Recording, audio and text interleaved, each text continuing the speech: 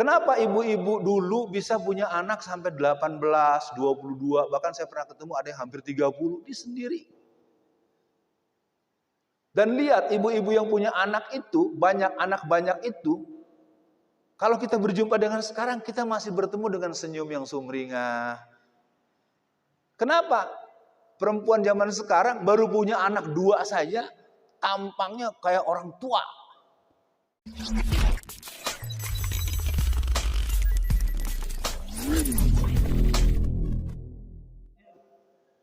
Oke, para jamaah sekalian, kita masuk sekarang bagian yang khusus. Bicara fitrah insaniat yang sifatnya khusus. Pertama buat ibu-ibu. Walaupun ini bukan ayat, bukan hadis, tapi penting ibu-ibu yang hadir menyimak. An-nisa imadul bilad wa ma soluhat solahatul bilad wa ma fasadat fasadatul bilad. Ini adalah semacam kata mutiara. Wanita itu adalah benteng kekuatan dari sebuah negara. Kalau dia kuat, maka saya sering sebut, di belakang orang-orang besar mesti ada perempuan. Bagaimana seorang Rasulullah Muhammad SAW, di sana ada Khadijah. Sampai Khadijah itu tersebut terus selama ketika dia sudah menikah dengan Aisyah, dengan Hafsah, dan sederet ada 12 istri-istri beliau. Dan Aisyah sempat marah ketika marahnya artinya cemburu. Apa yang saya katakan, ibu-ibu ini mungkin saya tangkap hampir merata, tidak sekuat ibu zaman waktu saya masih punya nenek. Buktinya apa? Ibu-ibu yang punya anak, melahirkan anak di tahun-tahun 50-an, tahun 40-an, itu masih banyak yang anaknya 18, anaknya 22. Ini ibu-ibu yang ikut, tadi banyak yang pulang mungkin mau masak, nggak apa-apa. Yang ada di sini, ibu-ibu yang ada di sini, ya. Saya mau nanya sama yang siapa, nggak kelihatan orangnya, tinggal 4 atau 3. Kenapa ibu-ibu dulu bisa punya anak sampai 18, 22, bahkan saya pernah ketemu ada yang hampir 30, dia sendiri. Dan lihat ibu-ibu yang punya anak itu, banyak anak banyak itu, kalau kita berjumpa dengan sekarang, kita masih bertemu dengan senyum yang sumringah. Kenapa? Perempuan zaman sekarang baru punya anak 2 saja, tampangnya kayak orang tua. Saya mau nanya dulu nih, ada ibu berapa orang? Biarin yang ada aja dulu. Tinggal 4. Ibu yang pojok sana, Bu. Bu, kenapa zaman sekarang ibu-ibu baru punya anak 2, tapi kayaknya tersiksa gitu? Ya, ibu dulu. Tapi ibu bisa mengiyakan pendapat saya kan?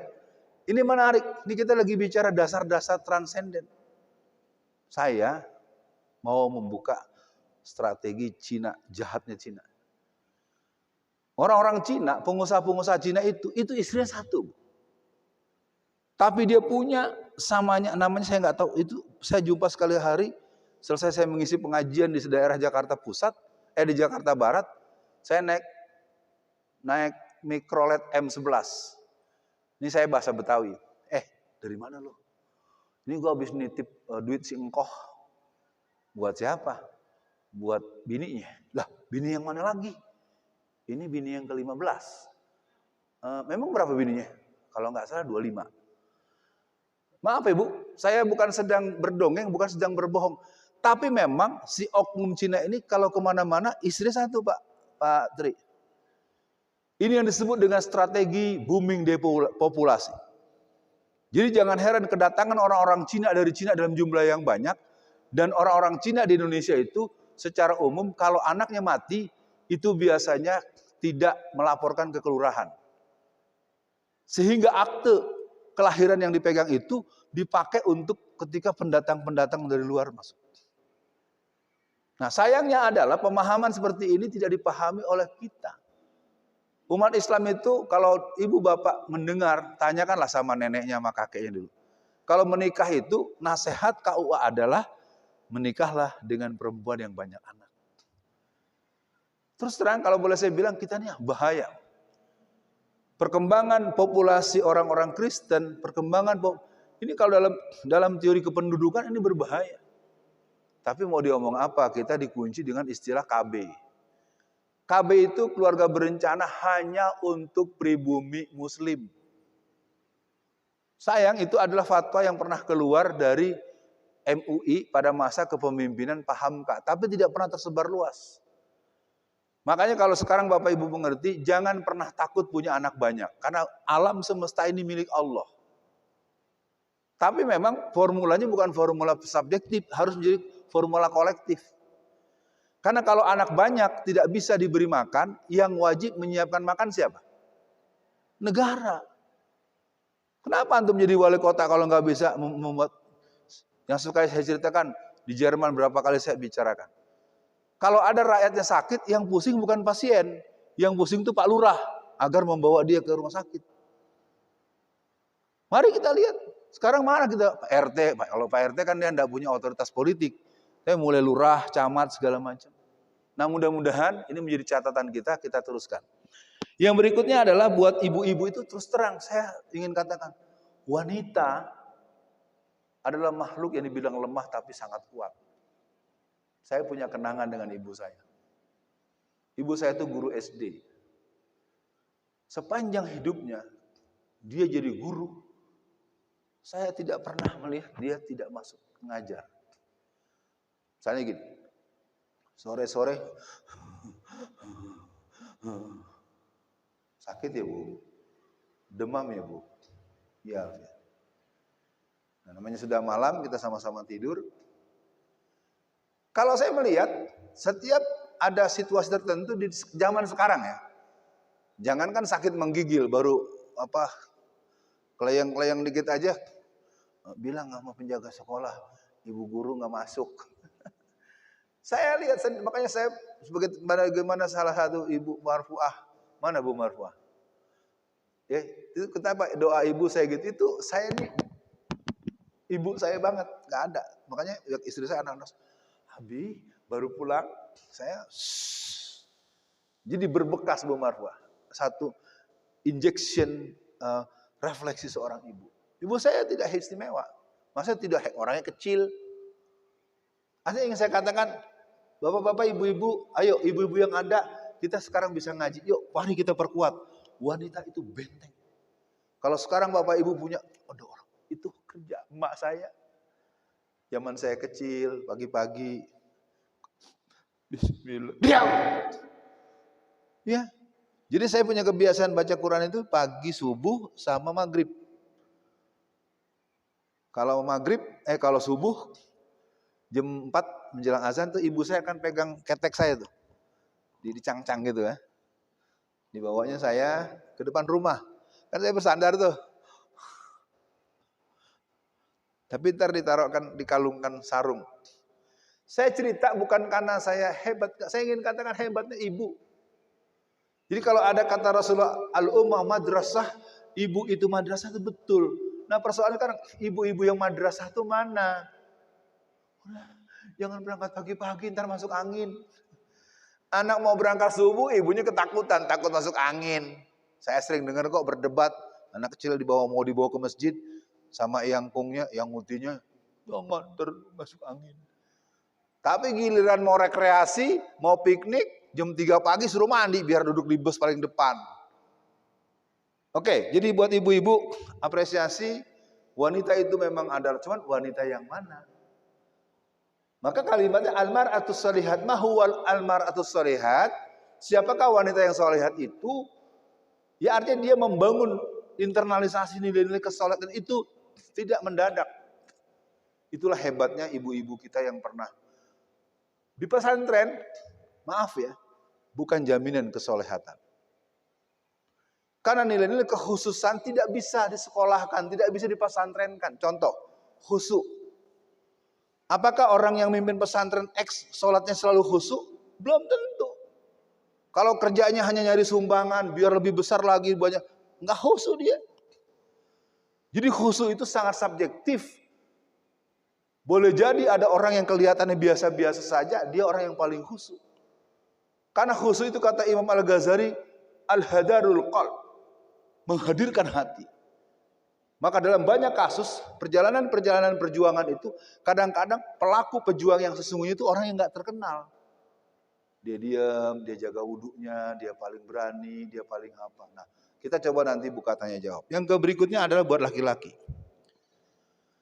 Ketika laki-laki kehilangan elan leadershipnya, maka Rasul katakan halakatir rijal hina atau atin nisa. Ketika muncul video-video di televisi atau telenovela suami-suami takut istri, ya, saya punya pengalaman mengetahui ada seorang menteri peranan wanita di salah satu zaman, ya zaman-zaman pemerintahan di Indonesia. Jadi ada seorang menteri peranan wanita, itu nyuruh suaminya pakai kaki, depan orang banyak. Papa bawa tas mama nih. Nah ini mungkin bagian kita pada pagi ini buat ibu bapak sekalian yang sempat tetap bersama dalam kajian ini. Kita, ya saya nggak bisa ngomong lagi deh. Ya Allah, mentang-mentang menteri nyuruh bawain tas sama suaminya pakai kaki. Suami betulan, suami batih, bukan suami di jalanan. Ya Allah, jadi ibu-ibu mudah-mudahan memahami bahwa kita memang pengajian kita ini memang pengajian yang kita rancang untuk menjadi sebuah kolektivitas korps yang nggak ada yang pinter banget. Paling nggak saya cuma sekedar menstimulan dan kita akan coba terus nanti menatanya dengan lebih lengkap lagi. Nah kita masuk di bagian yang agak lebih lanjut. Nah sekarang mari kita tengok. Ternyata banyak orang merasa tidak perlu Tuhan. Fitrah diniyah, ini mungkin penting saya sampaikan. Kenapa ada orang Kristen? Kenapa ada orang Hindu? Kenapa ada orang Buddha? Nah itu wilayah yang mungkin tidak terjangkau oleh kita. Tetapi kenapa ada orang keluarga Muslim tapi anaknya tidak sholat? Halo? Apakah di masyarakat kita ada yang keluarganya Muslim tapi anaknya tidak sholat? Ibu-ibu nih walaupun nggak banyak. Bu, masih ada nggak di masyarakat kita keluarga muslimah tapi anak perempuannya semuanya nggak pakai jilbab? Nah, ada apa? Berarti ketika ada penegasan al-haqqu mirabbika fala takunanna minal mumtarin. Ketika ada ayat yang mengatakan bahwa inna dinna indallahil Islam. Enggak masuk, ada masalah apa dengan kita? Jadi fitrah diniyah ini merupakan sebuah nilai yang tidak boleh kita abaikan. Kalau di rumah bapak-bapak, nah bapak-bapak ini ada banyak. Nggak usah ngacung tapi jawab saja. Masih ada nggak anak gadis bapak yang SMA, yang mahasiswi atau menantu bapak yang perempuan yang tidak pakai jilbab? Masih ada nggak? Halo, masih ada? Nah, kalau masih ada kenapa? Karena pengingkaran prinsip-prinsip hukum Islam di rumah yang ada laki-lakinya, yang ada kitanya, yang ada dewasanya, ini persoalan serius. Nanti kalau kita buka surat 5 ayat 44, 45 dan 47 terlakit. Wa man lam yahkum bima anzalallah faulaika humul kafirun. Jadi ketika dalam rumah kita ada tanggung jawab istri dan anak-anak, lalu mereka tidak berperan secara primer, apakah sholatnya, apakah jilbabnya, apakah apa, kita kena. Wa man lam yahkum bima anzalallah faulaika humul kafirun. Barang siapa orang yang tidak mengupayakan, yang tidak menginternalkan, yang tidak mengamalkan, yang tidak menerapkan syariat Islam, maka dia termasuk orang kafir.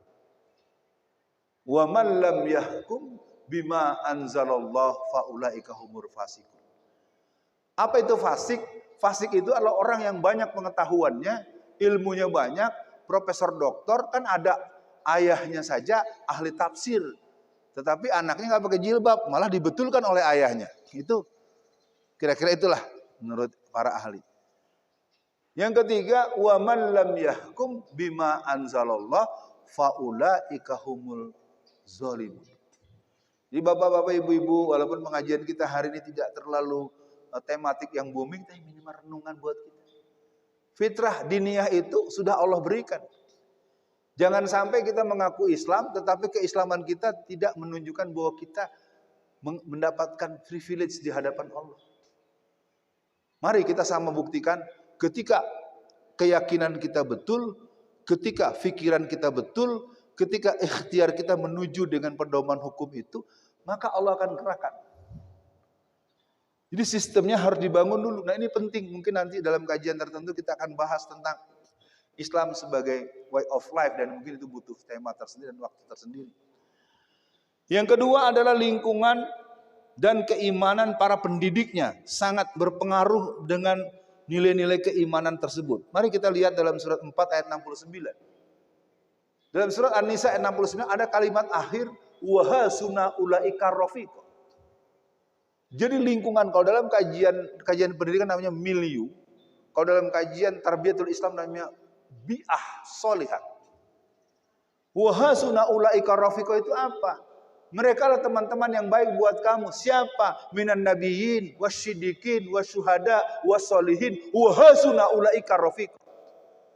Mari kita buka. Orang-orang yang korupsi di kantor-kantor, mesti dia korupsi bukan sendirian, mesti dia akan bergaul dengan teman-teman yang juga koruptor. Nggak bisa dibantah kalau bukan temannya, atasannya, bawahannya pasti. Kalau ada di kantor yang nggak suka korupsi, pasti teman-temannya nggak suka korupsi. Dengan resiko tidak punya mobil mewah, tidak makan di tempat mewah, nggak apa-apa. Saya tahu di beberapa instansi, termasuk di kepolisian, di ketentaraan, saya punya ada teman-teman yang begitu. Artinya pada pagi ini mari Bapak Ibu sekalian, ternyata dalam hidup ini akan terlihat dia ada di komunitas apa.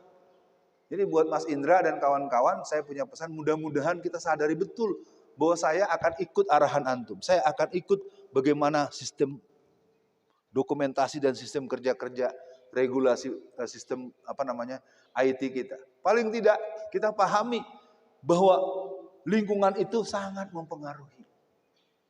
Saya ulang saja kisah yang kemarin saya sampaikan.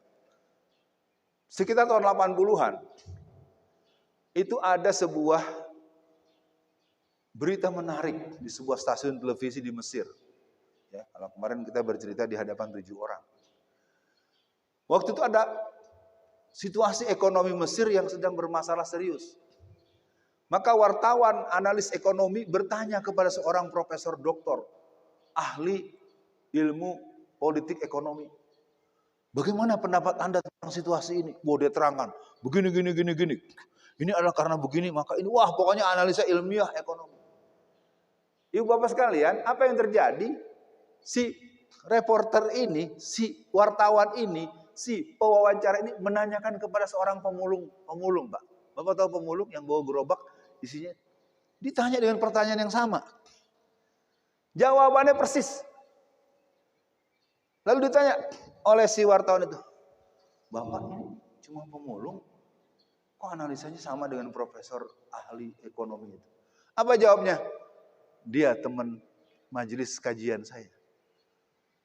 Apa yang saya katakan Bapak-bapak? Negeri ini beragama Islam ini bersamaan di saat kekhalifahan Umar bin Khattab.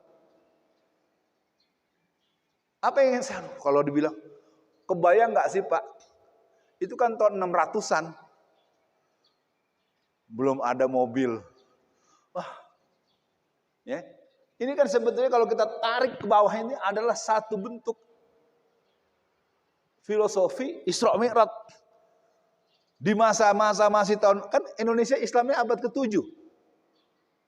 Mari dipelajari. Makanya saya, ketika bersama Allah tidak ada yang mustahil. Lihat. Apa yang dikerjakan Anies dengan nggak pakai ngutang Pak?